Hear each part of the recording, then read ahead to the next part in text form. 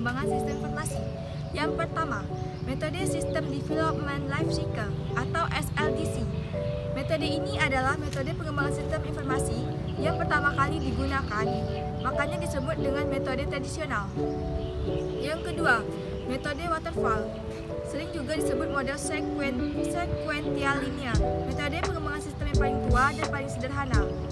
Yang ketiga, metode prototyping adalah proses iteratif dalam pengembangan sistem di mana requirement diubah ke dalam sistem yang bekerja atau working system yang secara terus-menerus diperbarui melalui kerjasama antara user dan analisis. Yang keempat, metode RAD atau Rapid Application Development. RAD adalah penggabungan beberapa metode atau teknik terstruktur. RAD ini menggunakan metode prototyping dan teknik terstruktur lainnya untuk menentukan kebutuhan user dan perancangan sistem informasi. Selain itu, RAD menekan siklus perkembangan dalam waktu yang singkat. Yang kelima, metode spiral.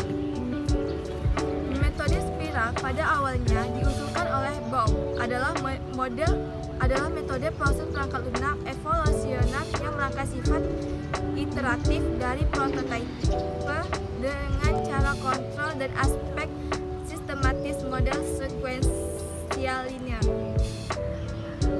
Yang keenam, object-oriented technology merupakan cara pengembangan perangkat lunak berdasarkan abstraksi objek-objek yang ada di dunia nyata. Yang ketujuh, metode end user development. Di sini pengembangan dilakukan langsung oleh end user. Keterlibatan langsung end user sangat menguntungkan karena memahami benar bagaimana bekerja perencanaan sistem informasi. Menurut Meda, perencanaan sistem merupakan tahap awal seleksi menyangkut sistem yang digunakan selama ini. Digunakan untuk menetapkan kelayakan proyek dan menentukan perkiraan awal biaya, laba, dan variabel yang meningkatkan kinerja manajemennya. Ladja Muda berpendapat perencanaan SIM merupakan suatu kegiatan yang memiliki tujuan untuk membuat sistem baru yang dapat menyelesaikan masalah yang dihadapi perusahaan. Diperoleh dari pemilihan alternatif sistem terbaik.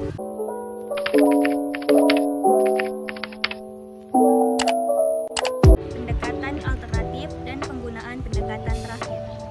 Untuk pendekatan sistem itu sendiri merupakan serangkaian langkah pemecahan masalah yang memastikan bahwa masalah itu pertama-tama dipahami, solusi alternatif dipertimbangkan, dan solusi yang dipilih. Meskipun banyak deskripsi mengenai pendekatan sistem yang mengikuti pola dasar yang sama, jumlah langkahnya dapat berbeda. Mengenai pola dasar dan langkah-langkah pendekatan sistem, dikelompokkan menjadi 3 tahap, yaitu usaha persiapan, usaha definisi, dan usaha solusi. Adapun langkah-langkah dalam pendekatan sistem, yang pertama, memandang perusahaan sebagai suatu sistem. Yang kedua, mengenal sistem lingkungan. Yang ketiga, mengidentifikasi subsistem perusahaan. Yang keempat, bergerak dari tingkat sistem ke subsistem. Dan yang terakhir, menganalisis bagian-bagian sistem dalam satu ukuran tertentu.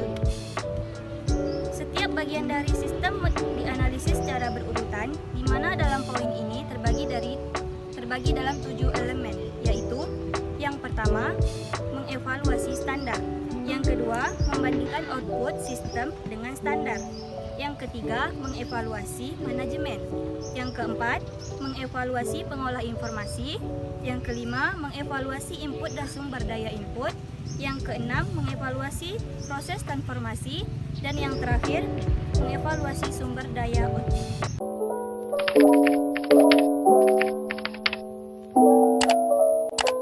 Faktor yang mempengaruhi kesuksesan dan kegagalan penerapan sistem informasi.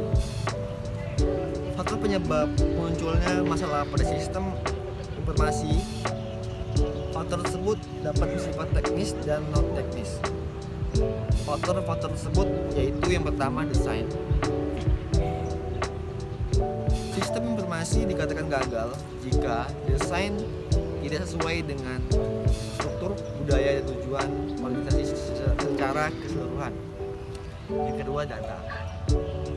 Informasi yang disyaratkan dalam fungsi bisnis yang spesifik mungkin tidak dapat diakses karena datanya tidak sesuai. Yang ketiga, biaya. Biaya harus diperhitungkan manfaat yang akan dihasilkan ketika diberlakukan suatu sistem agar tidak terjadi lebih besar biaya yang dikeluarkan daripada manfaat yang diperoleh. Yang keempat, operasi. Sistem tidak akan berjalan dengan baik jika informasi tidak disediakan secara tepat waktu dan efisien, karena operasi komputer yang mengendalikan pemrosesan informasi tidak berjalan dengan semestinya. Faktor-faktor yang menjadikan ukuran kesuksesan penerapan suatu sistem menurut Laudon. Yang pertama, sistem tersebut tingkat penggunaan relatif tinggi yang diukur melalui polling terhadap pengguna, pemanfaatan kuesioner atau monitor parameter seperti volume transaksi online. Yang kedua, kepuasan penggunaan terhadap sistem yang diukur melalui kuesioner atau interview. Ketiga, sikap yang menguntungkan para pengguna terhadap sistem informasi dan staf dari sistem informasi. Yang keempat, tujuan yang dicapai. Yang kelima, imbal balik. Mengelola faktor risiko dan eksistensi. Risiko adalah suatu umpan balik negatif yang timbul dari suatu kegiatan dengan tingkat probabilitas berbeda untuk setiap kegiatan. Pada dasarnya, risiko dari suatu kegiatan tidak dapat dihilangkan, akan tetapi dapat diperkecil dampaknya terhadap hasil suatu kegiatan.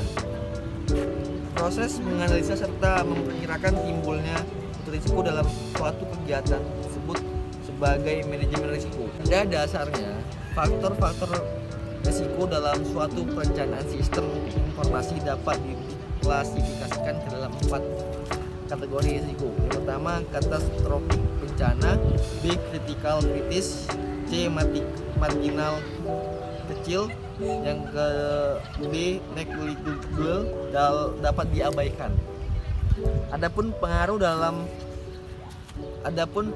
atau dampak yang ditimbulkan terhadap suatu proyek sistem dapat mempengaruhi. Yang pertama, nilai unjuk kerja dari sistem yang dikembangkan. Yang kedua, biaya yang dikeluarkan oleh suatu organisasi yang mengembangkan teknologi informasi. Yang ketiga, dukungan pihak manajemen terhadap pengembangan teknologi informasi. Dan yang terakhir, skedul waktu penerapan pengembangan teknologi informasi. Baiklah, sekian dari kelompok kami. Jika ada kesalahan, mohon dimaafkan. Dan kami akhiri dengan Assalamualaikum warahmatullahi wabarakatuh.